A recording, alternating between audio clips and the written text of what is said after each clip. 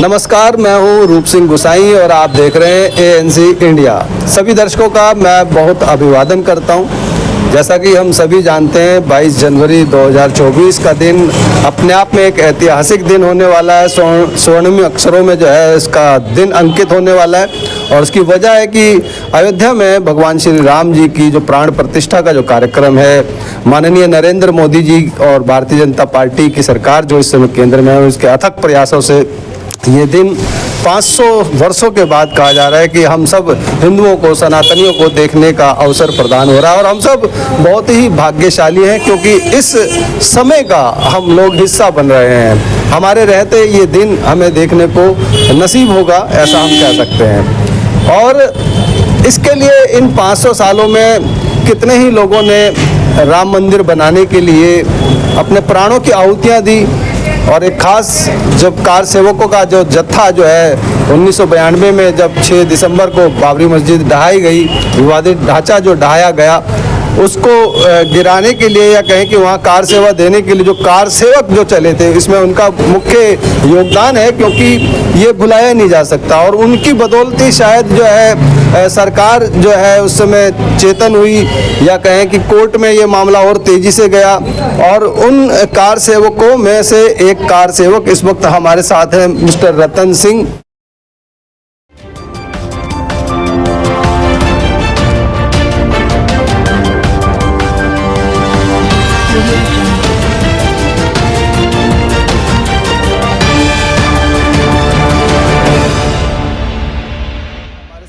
Mister Ratan Singh.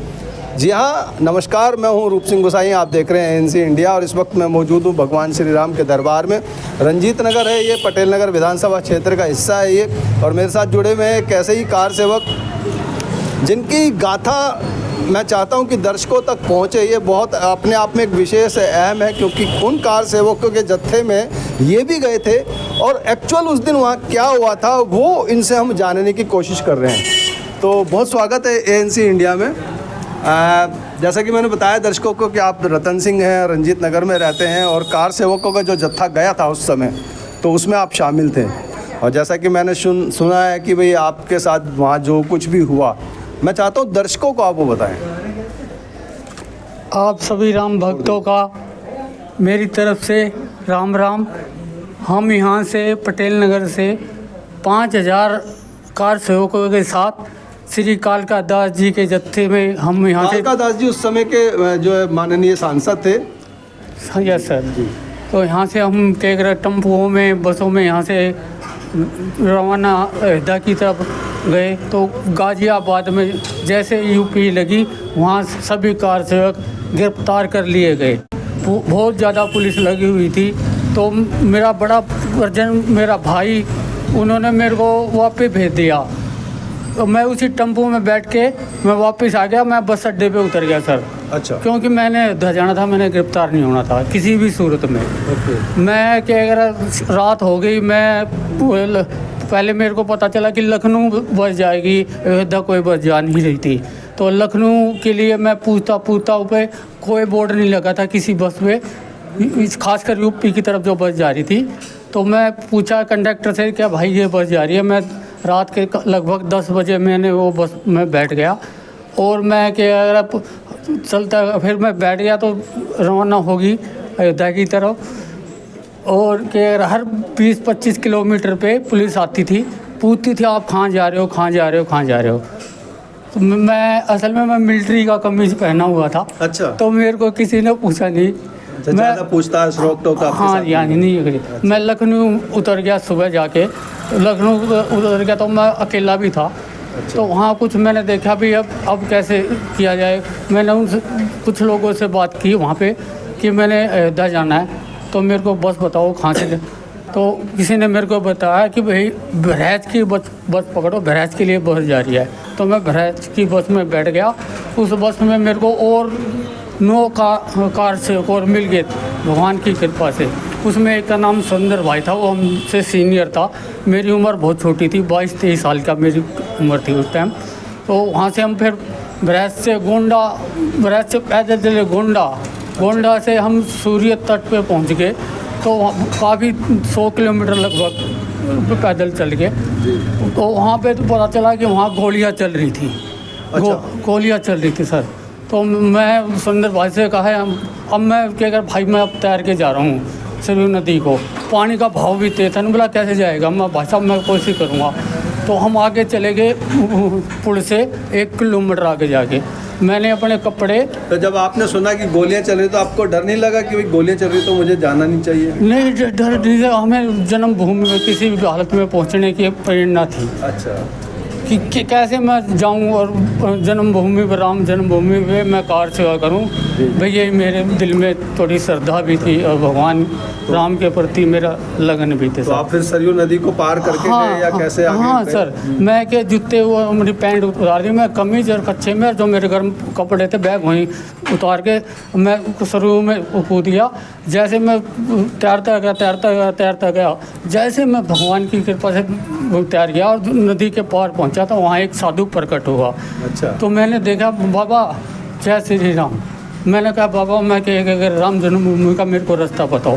कह रहे बेटा राम जन्मभूमि पे अकेले तो आप जा नहीं सकते क्योंकि पुलिस आपको मार देगी पुलिस आपको। तो उन्होंने कहा मेरे घर चलो। वो उनका नदी के किनारे, सरयू नदी के किनारे छोटा सा मंदिर था। मैं गया तो उन्होंने अपनी पंडितानी से मेरे को गर्म पानी करवाया और खाना, चावल और रोटी बनवा के मेरे को खिलाया। और मैं थक भी गया था। उन्होंने सोचा भाई मैं कह रहा बच्चा आप आराम करो। मैं सो गया। शाम को जैसे मैं उठा तो मैंने देखा बाबा कार सेवक जा रहे हैं, मैं अब इनके साथ जाऊंगा। हाँ बोला बच्चा आप जाओ ठीक है। मेरे को एक आदेश सा दे दिया उन्होंने।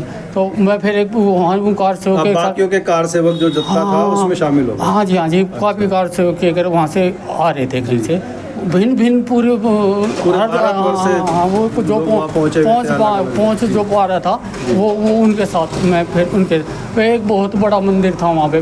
तो उनके साथ मैं जाके क्या रहने लगा। तो मेरे को मैं सिर्फ कच्चे कमीज था और उस मंदिर में ठहरा रात को। तो मेरे को ठंड लगती थी सर। तो मैं क्या करा वहाँ रात दिन भजन चल रहा था, जय श्री राम जय श्री राम।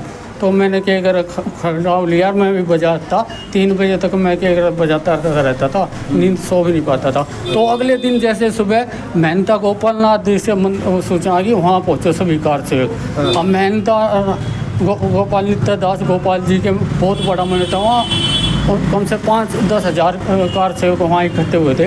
तो फिर वहाँ में मीटिंग हुई। अगले 2 नवंबर की बात है सर। वहाँ पे क्या करा फिर 2 नवंबर को कार सेवा तैयार के लिए 2 नवंबर और ये 6 दिसंबर, यानी आप 1-1.5 महीना पहले ही वहाँ तक पहुँच गए? नहीं, ये 1990 की बात है सर। अच्छा, ये 90 की? हाँ, ये 90 की बात है। और बाबरी ढांचा बाढ़ में गिराया गया था। हाँ सर।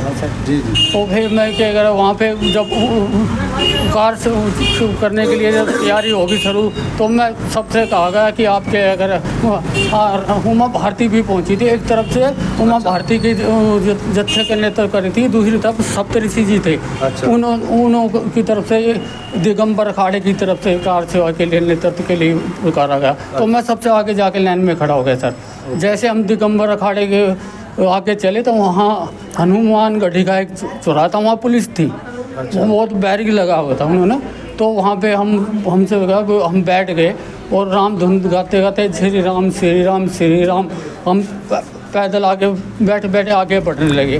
तो पुलिस ने क्या करा हम पे बहुत लाठी मारी सर, बहुत मारते गए। एक मारे, दूसरा मारे, तीसरा मारे। ये मेरी कमर, मेरे हाथ में फ्रैक्चर आया सर। अच्छा। हाँ सर। तो ये आपका उस समय फ्रैक्चर है और आज तक उससे पीड़ित हैं आप? हाँ, ये कई सालों तक मेरे को दर्द है।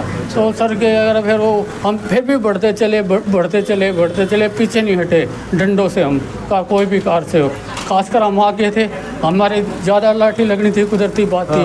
तो फिर आंसू गैस के गोले पुलिस ने चला दिए सर। जब आंसू गैस के गोले चलो तो हम वो हमारा सांस घुटने लगा सर। जैसे सांस घुटने लगा तो हम पीछे हमें जाना पड़ा क्योंकि हमारा सांस बैक हो गए सर। बैक हो गए पीछे के अगर दिगंबर अखाड़े से आगे वहाँ थोड़ी मकान ऐसे थोड़े मतलब टूटे उठे थे, चौड़ी सी जगह काफ़ी थी, पुराने से मकान थे, मंदिर थे। अच्छा। हाँ सर। तो वहाँ पे क्या अगर फिर एक हेलीकॉप्टर भी ऊपर चल रहा था, तो तुरंत ही क्या अगर फिर उन्होंने गोली शुरू कर दी। ऊपर भी खड़े थी पुलिस, घरों पे मंदिरों पे, तो गोली शुरू कर दी सर। गोली चलने लगी, कार से कोई गिरे, तो मैं भी क्या कर चल ही रहा था, वो भगवान के नाम ले ही रहा था। मैं थोड़ा डरा नहीं सर, डरा नहीं, तो मेरे को क्या सर गोली आके लगी सर, एक यहाँ लगी एक यहाँ लगी। आपके 2 गोली लगी? हाँ सर, उस समय 2 गोली लगी? हाँ सर, हाँ सर। अच्छा, फिर तो उसके बाद? मैं बेहोश हो गया सर। मेरे को क्या कर पता नहीं चला, मैं गिर गया। तो मेरे को होश आया सर के जाकर देखा तो मैं हॉस्पिटल में था सर। मेरे को रात को क्या कर रात को मेरे गोली को लगने के बाद आपको कितने दिन बाद होश आया? कब पता चला? हाँ सर, कम से कम 10-11 घंटे में होता है सर। 10-11 घंटे? हाँ, रात हो गई थी। सुबह के 10 बजे की बात है, जब ये गोलियाँ वगैरह चली है, लाठियाँ चली है, जब वो रात को मेरे को तो अस्पताल में आपकी देखरेख अच्छे से हुई? हाँ सर, वही बता रहा हूँ। वहाँ के लोकल का वे थे आदमी, कार से सोच लो, लोकल आदमी थे। वो एक का नाम आलोक था, उसके 4-5 दोस्त थे। तो मेरे ना सिर पे ना बर्फ़ की पट्टी लगा रहे थे मेरे, क्योंकि मेरे को होश नहीं था पूरी तरह से जी। ये फिर मैं कई दिन तक हॉस्पिटल रहा, और मैंने डॉक्टर से फिर मैंने भी सोचा भैया मैं अयोध्या जरूर जाऊँगा, मैं दर्शन भी कर पाऊँगा राम लला के। हाँ जी, हाँ जी। तो मैंने डॉक्टर से कहा, डॉक्टर साहब मेरे को डिस्चार्ज करो। मैं डिस्चार्ज उस टाइम तो किया नहीं, कुछ दिन बाद किया। तो क्या मेरे पैसे भी नहीं थे सर। मैंने देखा मेरा कमीज था, कमीज में मेरे पैसे थे, मेरे को पता नहीं पैसे कहाँ गिरे, क्या हुआ मेरे को नहीं पता कुछ। जी जी। तो फिर मैं कह रहा वहाँ पे दिगंबर अखाड़े में पहुँच गया। हाँ जी। तो वहाँ पे वो रामचंद्र परमहंस महाराज जी ने मेरे को पैसे दिए थे, और फिर उन्होंने कहा बहुत जगह क्या कि मैं छोटा था, कार सेवकों ने क्या ये उनको मेरे को कहा भाई इनको दिल्ली ले जाओ, इसके पास पैसे भी लिए। तो मेरे को वो फिर मेरे को राम लला के दर्शन भी करवाए, और मेरे को वो पानी चाय पानी रोटी खाना वो खिलाते थे, और मेरे को घर छोड़ के गए सर। अच्छा। हाँ तो फिर वही लोग आपको घर तक लेकर के आए? हाँ सर, घर लेके आए थे सर।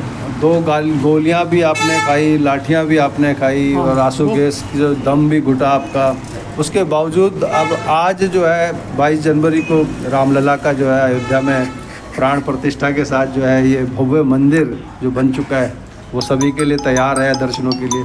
अब क्या महसूस कर रहे हैं, क्या फीलिंग? दिल में बहुत। तो आप देख सकते हैं कि वो पुराना समय, उस समय जब ये कार सेवा में गए थे, उस समय को याद करते हुए, और आज जब भगवान श्री राम का मंदिर तैयार है और वहाँ लोग जो है उसके दर्शनों के लिए तैयार हैं, वहाँ दर्शनों की अभिलाषा को लिए हुए, तो कितना भावुक हो रहे हैं, आँखों में आंसू हैं, और बड़ा गर्व हो रहा है हमें भी ऐसे व्यक्ति से मिलते हुए जिसने धर्म के लिए, भगवान श्री राम के लिए, उस अयोध्या नगरी के लिए जो है अपने जान की परवाह नहीं की, और उस जगह पर एक जा कर के उसमें योगदान दे करके मौत के मुंह से निकल कर के वापस ईश्वर की कृपा से दोबारा जो है हमारे साथ हैं, आज भी मौजूद हैं। तो सर बहुत आपको नमन है, और बड़ा अच्छा लगा आपसे मिल करके, और आशा करता हूं कि हमारे दर्शक भी आपके इस जोश और उत्साहपूर्ण इस बात को सुन करके, इस अनुभव को सुन करके प्रसन्न होंगे, कुछ उनको आनंद आएगा, कुछ प्रेरणा मिलेगी। और मैं यहाँ पर आपको बता दूं कि हमारे साथ अश्वनी कुमार जी हैं, जिन्होंने जो है आज के इस बताया कि भाई यहाँ रतन सिंह जी रहते हैं, तो उनसे मिलने के लिए उन्होंने ही हमें यहाँ प्रेरित करा। तो अभी ना अश्वनी महाजन जी का भी बहुत धन्यवाद करेंगे। आइए सर। महाजन जी हमारे साथ जुड़े, मैं चाहूँगा कि आप एक बार ही वो, हालांकि चाह तो नहीं रहा था, फिर भी चाहता हूँ कि ना चाहते हुए भी चाह रहा हूँ कि वो आपके जो गोली लगी थी, क्या आप वो जगह दिखा पाएंगे? सर जी एक तो मेरे यहाँ लगी थी। अच्छा अच्छा। और दूसरी सर ये यहाँ गोली थी, ये ऑपरेशन हो रहा। अच्छा अच्छा। तो ये गोली मतलब सफलतापूर्वक निकाल ली गई थी उस समय? कईयों से मैंने सुना है कि गोली नहीं निकल पाती है, कई सालों तक रह जाती है अंदर शरीर में। अंदर सर, अंदर है, अंदर ही है। ऐसे ही इसका जहर निकाल दिया था उन्होंने। अच्छा। तो गोली अंदर यहाँ है। पीछे। तो जब ये वाकया हुआ उसके बाद से कभी जीवन में इसकी वजह से आपको तकलीफ होती है कभी? नहीं, इसके बाद होती है। अब मैं दौड़ करता हूँ सर, अच्छा, आप दौड़ते हैं? दौड़ लेता हूँ। तो आप देख सकते हैं कि 58 वर्ष की आयु में अभी भी दौड़ते हैं और वही जज्बा इनका अभी भी कायम है। तो ऐसे ही आप बने रहें, स्वस्थ रहें, हमारी यही अभिलाषा है, ईश्वर से प्रार्थना है, भगवान श्री राम के चरणों में प्रार्थना है। तो आइए अश्वनी महाजन जी, तो मैं जैसा कि कह रहा था कि मिलवाता हूँ उनसे।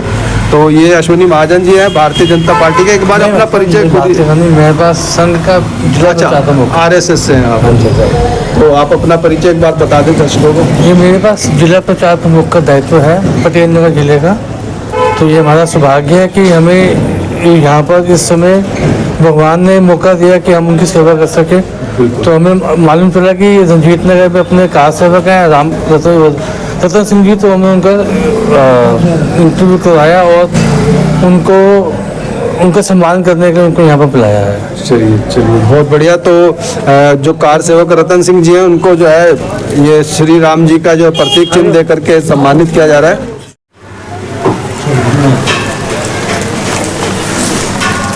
तो ये आप देख सकते हैं कि श्री रतन सिंह जी को जो है उनकी कार सेवा के दौरान जो उनको उसके लिए सम्मानित किया जा रहा है। यहाँ पर अश्वनी जी हैं और उनके साथी हैं यहाँ पर।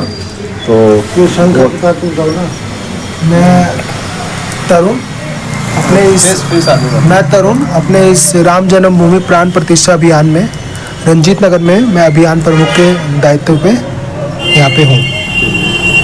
आप कुछ कहेंगे? रामकिशोर, जिला प्रचार टोली का सदस्य। सुशील गुप्ता, प्रखंड अध्यक्ष रंजीत नगर, विश्व हिंदू परिषद। तो सभी जो है विश्व हिंदू परिषद के जो है सम्मानित सदस्य हैं, पदाधिकारी हैं। और रतन सिंह जी को ये पुरस्कार जो भगवान श्री राम का ये प्रतीक चिन्ह बहुत ही सुंदर लाइट से सुसज्जित वो उसको प्रदान कर रहे हैं उनको। तो अब ये जो है इस तरह के अवसर आ रहे हैं कि अब आपको लोग पूछ रहे हैं। अब मेरे ख्याल इससे पहले शायद नहीं पूछा था, तो ऐसे में कैसा लग रहा आपको? राम मंदिर बनेगा तो अब कुदरती बात है कि सब हमें भी थोड़ा बहुत पूछेंगे सर। अरे बन रहा है यार, वो कैसा महसूस हो रहा है? बहुत ही अच्छा महसूस हो रहा है। चाहे कुछ भी है, और मंदिर बन रहा है उसकी खुशी है। किसी ने पूछा या नहीं पूछा, पर मंदिर बनने की खुशी है। चलिए बहुत बढ़िया, बहुत सुंदर बात। और ऐसी भावना सभी की होनी चाहिए। और इसी के साथ मैं रूप सिंह गुसाई आप सभी से अनुमति चाहता हूं, जल्द मिलूंगा। जय श्री राम। तब तक आप अपना बहुत ख्याल रखिएगा। नमस्कार, धन्यवाद, जय हिंद, जय भारत, जय श्री राम।